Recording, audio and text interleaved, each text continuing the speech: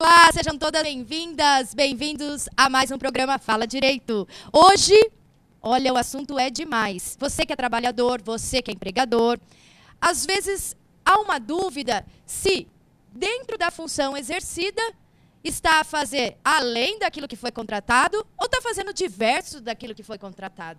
Para isso, eu trouxe hoje para falar do desvio de função, acúmulo de função, ela... linda, a mamãe mais jovem daqui, linda. Doutora Renata Macedo Rangel, ela que é advogada, militante aqui na comarca de Sorocaba. Doutora Renata, muito obrigada, viu, por ter vindo bater esse papo conosco. Eu que agradeço, doutora Gabriela, pelo convite. É um prazer estar aqui. A gente não tem experiência da TV, mas tem um pouquinho da experiência da luta do dia a dia na Justiça do Trabalho. Então, vamos lá, porque é polêmico, um pouquinho. Também estou com ele, meu amigo, ambos são meu amigo, carinhosamente chamado Marquinhos, só que ele tem quase 2 metros, o doutor Marco Galdros Filho, ele que é advogado, militante, especializado na área, docente também na área. Doutor Marco, muito obrigada, viu, por sua presença. Obrigado você. Vou te chamar, se me chamou de Marquinhos, vou te chamar de Gabi também, né? Que é como a gente se chama carinhosamente. Obrigado pelo convite, obrigado à TV Com por proporcionar esse debate importante. Estar ao lado da Renata é um grande prazer também. Renata, uma advogada muito militante na área de direito do trabalho e eu acredito que o programa vai ser de grande valia aí para nós discutirmos esse assunto neste momento. E muita gente tem dúvida, tanto o empregado quanto o empregador. Quando ingressa no trabalho, sempre as pessoas falam, eu vou olhar a minha convenção, como é que está. Mas também, quando a pessoa é contratada, ela assina um contrato de trabalho. Neste contrato de trabalho, doutora Renata, tem as previsões das funções, horário e a convenção, que é chamada CCT, né? A convenção, eu gostaria que a senhora explicasse se no contrato e na convenção tem que abranger as funções daquele contratado ou apenas em um ou no outro ou em ambos? Boa pergunta. O contrato de trabalho, na verdade, ele é um acordo individual entre o trabalhador e o empregador. Então, é importante que se tenha uma conversa, que se tire as dúvidas, que quando o departamento pessoal for fazer o recrutamento, a seleção do pessoal, que explique exatamente qual será a função. Então, a nossa orientação do escritório é que o contrato ele tenha o mais informações possíveis, para que não gere dúvida. Então, o contrato deve rezar, sim, qual a função que o empregado vai exercer. Costuma-se confundir um pouquinho função com tarefa. E eu acho que é importante a gente esclarecer. A função é exatamente o que ele vai exercer no trabalho. E a tarefa são as atividades que compõem essa função. Então, tem contrato que reza somente qual será a função do empregado e não esclarece com exatidão as tarefas que vão fazer parte do dia a dia da jornada de trabalho do empregado. E é nesse ínterim que pode surgir algum conflito e dizer assim, o combinado não sai caro, você foi contratado para exercer esta função. Exato. E aí vem um monte de atividades. Exatamente isso, exatamente. A gente tem um exemplo clássico, por exemplo, o motorista. O motorista é o cargo. A função dele é fazer o transporte de pessoa ou mercadoria. A tarefa dele pode ser única, apenas o transporte. Ou ela pode ser uma tarefa com outras atividades, que é o transporte, mais o carregamento e descarregamento. Então, a gente tem função com uma única tarefa e tem função com várias tarefas que as atividades devem ser disciplinadas no contrato. Só que é muito comum a gente encontrar contratos que não rezam nenhum tipo de tarefa que o funcionário precisa exercer, o que gera dúvida depois. Porque às vezes o empregador pede para ele fazer uma atividade que ele não estava acostumado a fazer no seu dia a dia. Porém, essa atividade é correlata à sua função. Pode fazer parte. Por isso que é importante, além de ter, claro, a noção da convenção coletiva, que o empregador, no caso, ele tenha uma assessoria prestada por um profissional, uma advogada, um advogado, que vai auxiliar nesse sentido. Isso é muito importante. Para da contratação, quando o departamento pessoal tem alguma dúvida, a consultoria ela é importante nesse aspecto.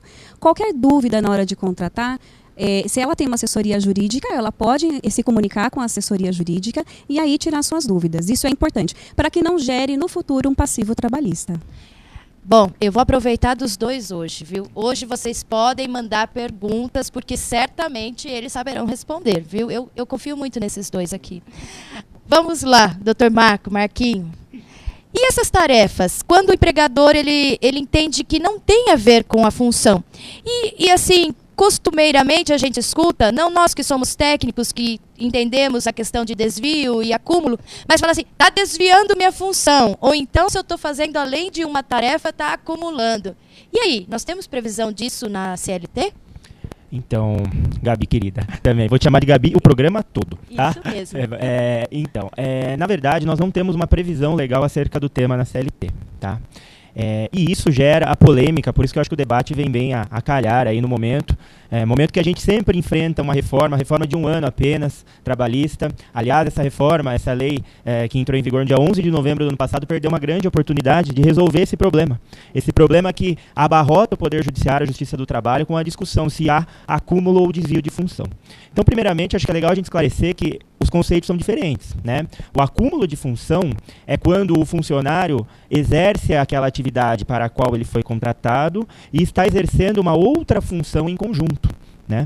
Então, nós temos aí a previsão legal, por exemplo, na lei do radialista, a lei 6.615, se eu não estiver enganado, que traz uma previsão na lei, não na CLT, mas na lei específica do radialista, de que quando há um acúmulo das funções, ele detém a possibilidade de ter um acúmulo no salário dele. Esse acúmulo varia de acordo com a função que ele está exercendo, pode ser de 10%, 20% ou 40%. E o que nós, advogados, fazemos como nós vamos pedir um acúmulo de função? Nós, então, pleiteamos com base, uma frase bonita que a gente fala, Gabi, fala muito em aula, que chama-se diálogo das fontes, porque a gente sempre diz que o direito é uma coisa só. O direito é uma coisa só, é único. Portanto, nós pegamos essa legislação e nós tentamos aplicar nos outros contratos de trabalho, pedindo uma majoração do salário dele de acordo com essa lei, correto? O desvio de função, ele tem um conceito um pouquinho diferente. O desvio de função é quando aquela pessoa foi contratada para uma função, mas ela exerce uma diversa. Como eu disse, no acúmulo ela está exercendo aquela que ela foi contratada, mas em conjunto com outra. Essa não. Ela faz uma função totalmente diversa. Portanto, nesse caso específico, aí nós nos baseamos e os advogados buscam no Código Civil. Eles pegam o artigo 884 do Código Civil, que trata do enriquecimento ilícito. A doutora Gabriela é uma especialista na área, portanto sabe do Código Civil que tem essa previsão. E nós importamos esse conceito do enriquecimento ilícito, que o empregador estaria, no caso, se enriquecendo ilicitamente, porque em verdade ele deveria estar pagando a mais para aquele funcionário, pela função ser de maior tecnia, por ser necessário um maior aprofundamento de conhecimento naquela função. Portanto, esses conceitos são aplicados dessa forma, importando outras previsões normativas, e não na CLT. A CLT, ela traz no seu artigo 444 uma previsão de que se o funcionário, como a doutora Renata bem argumentou aqui, está contratado e tem a possibilidade de exercer outras tarefas, né, doutora Renata, ele está dentro da previsão do contrato de trabalho dele, portanto ele não teria esse acréscimo. Então é essa discussão que a gente vai ter. É esse o ponto de colisão que a gente tem. Nós temos esse conflito entre as teses aí. Tá? Por exemplo, se o empregador, ele e o empregado, e de consenso, entendem que aquela função está havendo algum acúmulo, ou até mesmo desviada. No ínterim deste contrato, por exemplo, tem que se fazer uma rescisão do existente, pode fazer uma alteração, porque às vezes quem nos está assistindo fala, eu gostaria tanto de regularizar, mas será que eu tenho que fazer a rescisão? O pessoal fala, tenho que pedir a conta, eu vou ter que ser mandado embora, recolher novamente. Então, assim, há a possibilidade de fazer esse aditamento contratual e não ter que, eventualmente, a rescisão acontecer? Sim, é possível sim. Inclusive, a gente teve, a partir de 2014 e 2015, em razão da crise que abateu o país, muitas empresas demitiram muitos funcionários. E os que ficaram acabaram por acumular funções, por fazer funções do colega que foi demitido. O departamento enxugou o pessoal e aí acabou acumulando funções. Ou então desviando funções, como bem esclareceu o colega Marquinho aqui, que eu também vou chamar de Marquinho, tá? E aí, assim, qual é o correto fazer? Se acumulou funções, é interessante que converse com o gestor, que converse com o superior. A conversa é sempre o melhor conselho. Agora, se desviou função, na verdade a doutrina ela nos traz algumas modalidades de desvio. Então a gente tem o desvio de função por promoção, que é o funcionário que acaba exercendo, acumulando responsabilidades maiores, de conhecimento técnico maior, e não recebe salário nenhum por isso, nenhum aumento salarial. É um desvio de função sem um aumento salarial. A gente tem um desvio de função de rebaixamento, que quando ele passa a exercer uma atividade de menor conhecimento, de menor responsabilidade, às vezes até reduzem o salário, o que não é permitido pela Constituição Federal. Nós temos uma exceção, né, doutor, com relação ao cargo de confiança, que ele pode voltar ao cargo efetivo. Temos também o desvio por substituição. Quando o funcionário sai de licença-doença, umas férias, em que há a substituição do funcionário, então ele deixou de exercer a função dele original para exercer a função do colega que saiu. E tem também o desvio horizontal, que a gente chama, porque é a mesma responsabilidade, é o mesmo salário, então aí não caberá uma discussão por diferença salarial, porque ele está numa faixa horizontal de responsabilidade. Então, com a crise, a gente viu muito isso na Justiça do Trabalho, acúmulo de função e até mesmo desvio de função. É quando a empresa ela não faz, voltando à consultoria jurídica, a importância, porque precisa ficar assegurado em contrato, num aditivo, sempre anotação em carteira de qualquer alteração do contrato. Lembrando que qualquer alteração precisa da anuência do empregado. Né? Porque ele começou de uma forma e se alterou, vamos sentar e conversar para ver se está bom para você. E vamos atualizar os seus documentos, seja na carteira ou seja fazendo um aditivo. É sempre a melhor maneira. É segura para as duas partes. E nesse ínterim, quando ocorre, Marquinho, por exemplo, o desvio e o acúmulo, se for sazonal, em decorrência de férias ou uma licença que algum colega do departamento teve, incide em todas as verbas que ele recebe? Quando há substituição, como nesse caso, né, que a Renata bem colocou aqui, ele tem direito de receber aquelas verbas pela função a qual ele está fazendo, né? Isso existe essa previsão, inclusive nesse sentido, quando há a substituição, tá? Agora, como foi bem colocado também aqui, acho de fundamental importância que haja esse consenso entre o empregador e o empregado. E colocando mais um ponto importante, com a reforma trabalhista, nós temos também a previsão de fazer o acordo extrajudicial. Então, vamos imaginar a seguinte situação aqui, né, do que vocês estavam colocando agora. Imagine que nós temos um funcionário, então, que está numa função lá desviada há mais ou menos 3 anos. E essa função desviada, agora eles chegam no consenso que é o momento de regularizar essa situação. Então, eles vão sentar e vão conversar para poder colocar na carteira, fazer a anotação certinha. Feita essa alteração, o empregador fala, isso aqui vai me dar problema lá no futuro. Né? Esses 3 anos que ficaram para trás, eu reconheço que de fato houve um desvio. Então, por que a gente não tenta regularizar essa situação? Antes da reforma trabalhista, a possibilidade de acontecer isso era muito pequena. Poderia um trabalhador entrar com uma ação trabalhista? Sim, mas nós sabemos que a Justiça do Trabalho no Brasil é uma justiça dos desempregados. É uma justiça que tem uma incidência de 95% das ações com desempregados. Ele espera terminar o contrato para poder adentrar com medo de represálias e tudo mais. É uma questão cultural do Brasil. Então, hoje, com a reforma, há a possibilidade de fazer esse acordo extrajudicial e você buscar que o juiz dê validade a esse acordo. Então, que o empregador fale, ok, nós tivemos um desvio aqui, a diferença de salário era de R$400 por mês, correto? Correto. Olha, só que a empresa está numa situação difícil e tudo mais, mas eu quero pagar. Vamos fazer parceladinho, então, esse valor em várias prestações, você vai recebendo no período de contrato que você está aqui e a gente já homologa essa circunstância para não ter um problema lá na justiça lá na frente. É possível fazer isso hoje. Então, acredito que com esses mecanismos, com uma boa assessoria, como a Renata bem colocou aqui, você consegue eliminar o seu passivo trabalhista futuro, né? Um passivo trabalhista que possa vir lá na frente. Você consegue resolver essa demanda. Então, isso é muito importante, porque após, então, a reforma, né, na verdade, abriu uma oportunidade às empresas, porque também há empregadores que realmente querem regularizar, pensam muito nos seus funcionários, porque às vezes microempresa, a maioria, todos tornam-se família ali, né? Membros de um mesmo local, onde ganham, né, tem o seu ganha-pão e tudo mais, e realmente com essa crise, muitas empresas aí tiveram até que encerrar suas atividades, e às vezes sem muito ativo para saldar todo um passivo. Nesse caso, se houver um acordo extrajudicial diverso, por exemplo, da seara na Justiça Civil, tem que ter um advogado ou advogada de um lado e também do outro, não pode ser o mesmo profissional? Sim, exatamente. Não pode ser o mesmo profissional, a necessidade de as duas partes estarem representadas na justiça por advogados diferentes, né, no caso.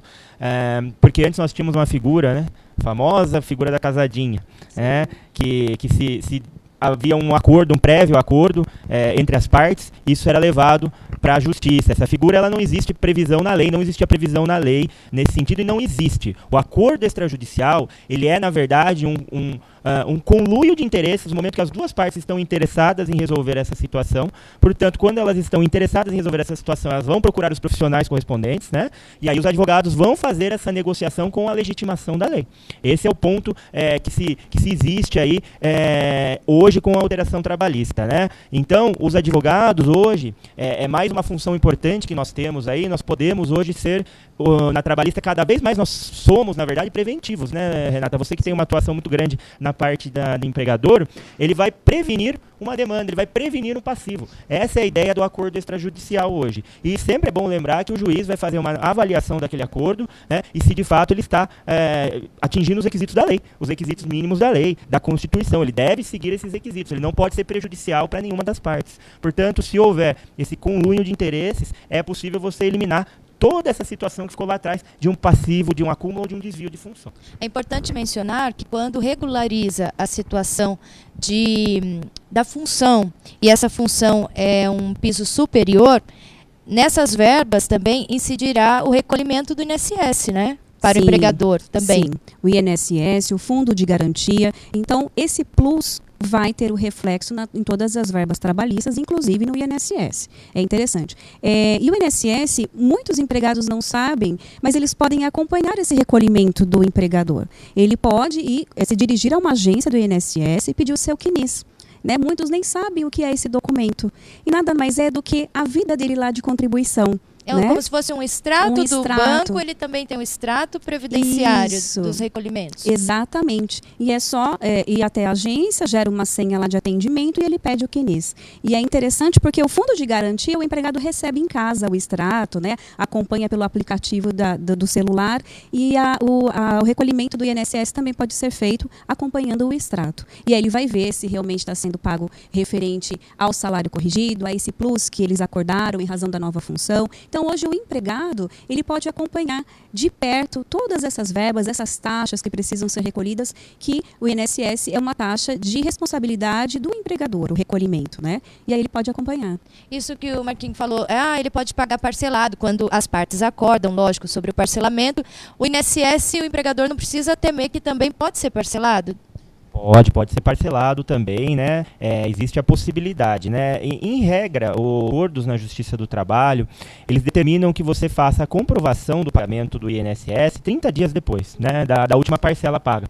Então, existe a possibilidade de você tentar fazer essa negociação, né? Em momento de crise, como nós vivemos, é possível, os impostos estão com várias facilitações de pagamento, as contribuições sociais também. Interessa para o Caixa da União receber, né? E não ter esse débito. Então, é possível também fazer uma composição nesse sentido, tá? Agora, lembrando que esses valores que incidem nas verbas trabalhistas, de natureza previdenciária, elas têm o caráter, né, de ir para um fundo lá, que é o Fundo da Previdência. Esse fundo é o fundo que gere muitos benefícios no Brasil. Então, o nosso sistema, a gente sempre diz, né, Renata, que o sistema previdenciário e o sistema trabalhista, eles estão diretamente ligados, né? Se você descobre o cobertor é muito curto, você vai prejudicar o outro. Então, esse tipo de situação é importante que se regularize, né? É importante que se flexibilize também, mas que se regularize, porque senão você deixa desprotegido o outro lado, que é uma situação de uma necessidade de auxílio-doença, esse quadro que a gente vê de rombo na Previdência, né, que tem várias e várias causas, mas que a gente sabe o efeito final, qual vai ser, que é a desproteção daquele que mais precisa, tá? Que é o trabalhador no Brasil. Agora, para jurisdicionado da nossa cidade e região, que tem de buscar a Justiça do Trabalho situada aqui na comarca. Como está hoje a situação de tempo, de audiência para os nossos munícipes aqui jurisdicionados? Bem complicada. Por isso que, como bem tratou o Dr. Marcos a respeito do acordo extrajudicial, hoje, quem costuma agendar as suas audiências pela agenda física tem dificuldade, porque a gente já tem audiência para 2021 e a gente não tem agenda. Então, a gente usa os apps, usa a agenda do Outlook para poder agendar essas audiências tão longe, com uma data tão longe. E essa é a dificuldade da Justiça do Trabalho. São poucos os funcionários. Sorocaba, em especial, já tem um pedido da Quinta Vara, no tribunal, né, doutor Marcos, o relação não só ao pessoal, mas o trâmite, a gente ainda tem os processos físicos, os mais antigos, que somente quando entram na fase de execução é que eles migram para o processo eletrônico. Então, o acordo extrajudicial, ele entrou para pular essa fase tão amargurante da espera, tanto para o empregador como para o empregado. Para as duas partes. Para as duas partes. Ninguém quer viver sob conflito. Não. Eu costumo orientar os meus clientes o seguinte: a mediação, a conciliação sempre é o melhor remédio. Porque na Justiça do Trabalho, o empregador, ele vai arcar com 1% de juros ao mês, mas a correção monetária, e hoje a gente ainda tem 2 índices que a gente usa na execução, um mais puxado que o outro, é muito melhor você fazer um acordo do que esperar aí 2 anos para uma primeira audiência. Depois a gente tem a possibilidade de uma instrução que vai ser daqui a 1 ano, 1 ano e meio. Depois o recurso que vai para o tribunal e lá a gente amargura aí mais 1 ano e meio, quase 2 de espera para que seja julgado e seja publicado o acórdão. Então hoje a mediação, um acordo extrajudicial, sentar, uma boa conversa com as duas partes, né? A nossa profissão é para isso e a mediação, a conciliação cada vez mais tem ganhado importância no direito brasileiro. A gente que não tem muito a tradição de acordos, a gente vem sentindo, inclusive nos bancos da faculdade, que hoje é uma disciplina, na minha época a gente não estudou essa disciplina, mas as faculdades já têm enxergado de maneira diferente que a mediação é importante. Então a gente precisa orientar, seja o meu cliente empresa, seja o meu cliente empregado, se for um bom acordo, vamos conversar, não está sendo um bom acordo, vamos tentar conversar para melhorar, né? Às vezes a empresa realmente não tem condições, não tem de onde tirar, por N motivos. A gente entende. E não vai ser esperando 4, 5, 6 anos na Justiça do Trabalho que de repente a situação financeira vai mudar. Pode até piorar. Então um acordo ali no começo, no momento, é a melhor solução. Em razão mesmo dessa crise que a gente passa na Justiça do Trabalho. Já estamos chegando no final, viu? Como passou muito rápido. Muito rápido. Rápido. Bom que já abre margem para um segundo, um terceiro. Parte 2. Parte 2, certamente pedirão. Acredita, a doutora Eliana veio aqui com a Carla, aí fala, não, tem que continuar esse assunto. E elas voltaram. Aí fica aqui, então, já registrado que vocês voltam. Ok, a gente volta. Não é com Compromisso prazer. assumido, né? Pode deixar um recado para nós, para eles aqui e elas que estão a nos assistir. Fica à vontade. Bom, primeiramente, muito obrigado pelo convite, Gabi. Fiquei muito lisonjeado. É muito bacana eu estar aqui primeiro ao seu lado, né? A gente teve essa campanha de OAB que nós vivemos intensamente nesse ano, juntos. Pude conhecer mais você, o Marcos, pessoas que moram no meu coração. A Renata também, decorrente dessa campanha que nós tivemos, pude conhecer mais, né? Também é uma pessoa que também tenho no meu coração, que é uma pessoa tão bacana, a gente parece que já se conhece há tanto tempo, conversando, né? Batendo papo, e a gente sente, parece que a hora passa e vai embora, né? Então, quero agradecer também as pessoas que estão aqui conduzindo os trabalhos, a TV Com, né? E principalmente agradecer o telespectador, quem ficou assistindo conosco até agora, dizer que a Justiça do Trabalho, ela de fato passa por uma grande crise, existem teorias conspiratórias de extinção dela, questões específicas nesse sentido. Eu não acredito que vá haver exceção, porque eu acho que o conflito capital-trabalho sempre vai existir. E esse conflito ele tem que ser, de fato, solucionado. Por quem? Primeiro pelos advogados. A nossa função ela é prevista lá na Constituição. Nós somos indispensáveis à justiça. Nós, advogados, devemos fazer a apuração desses fatos no primeiro momento e tentar resolvê-los, se possível. Caso não seja possível, nós levamos à justiça essa situação. Portanto, capital e trabalho tem que dormir junto, andar abraçado, ir para o restaurante, ir para a igreja. Todos os dias, um depende do outro. Não existe um sem o outro. Portanto, esse é o recado que nós deixamos aqui. Procure os advogados. Não façam as coisas pela metade. Não imaginem que vocês sabem. Outros profissionais, com todo respeito, como um contador e tudo mais, não fizeram 5 anos de faculdade e passaram no exame da OAB. Eles não têm conhecimento técnico para dar o melhor suporte. Portanto, busque um profissional da área para que ele possa oferecer um serviço compatível com a necessidade, tanto da empresa quanto do empregado. Então, muito obrigado pela atenção. Obrigado de novo, Gabi, pelo espaço. Você, Renata. Eu também gostaria de agradecer a oportunidade. Eu falei aqui nos bastidores para a Gabi que eu só peguei no microfone para cantar na igreja, né? Que eu não tinha passado. Pedi uma palhinha. Não. Numa outra tempo, ela disse que vai cantar no final. Na próxima vez, doutora Renata canta. Numa outra oportunidade. E eu também gostaria de agradecer a oportunidade de ter te conhecido. Uma pessoa maravilhosa. Eu falo, a gente é de Sorocaba e acaba frequentando só a Justiça do Trabalho e não conhece pessoas maravilhosas como você. E eu tenho um carinho enorme. Obrigada mesmo pela oportunidade, viu? Ao Dr. Marcos, que a gente estreitou a amizade nessa eleição, um amigo, um querido. Depois de suas palavras, pouco me restou aqui para falar, mas foi uma experiência incrível. A gente procurou não usar nenhum juridiquês aqui para que o assunto fluísse de uma maneira natural, que quem estivesse assistindo pudesse compreender. O direito ele pode ser um pouquinho complicado num primeiro momento, mas a ordem é falar de uma forma clara, para que chegue para todo mundo, não é verdade? E por isso a gente está aqui.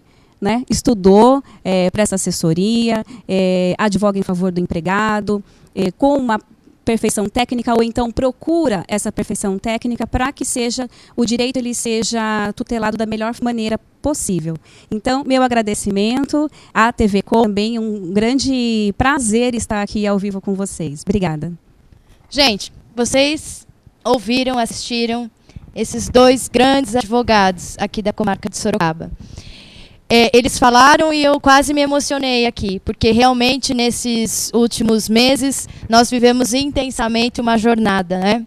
Uma jornada aqui onde nós colocamos muito o coração, tentamos, né, algo, mas nós sabemos que no próximo triênio nós desejamos muita sorte, muito trabalho, muita competência no que fizer, a próxima gestão da nossa 24ª subseção. Quero deixar um grande abraço a vocês e falar que faço votos para uma excelente gestão a todas e a todos. E também a cidadania, né, da nossa Sorocaba, Araçoiaba. Tão breve salto, né, saltará, nos deixará. Bom, aproveitem o final de semana, fiquem todos com Deus. Acredito que esse Osmar, Felipe, o nosso último programa do ano? Ah, mas no próximo a gente volta. Quero deixar aqui um grande beijo. Qual que é? Essa?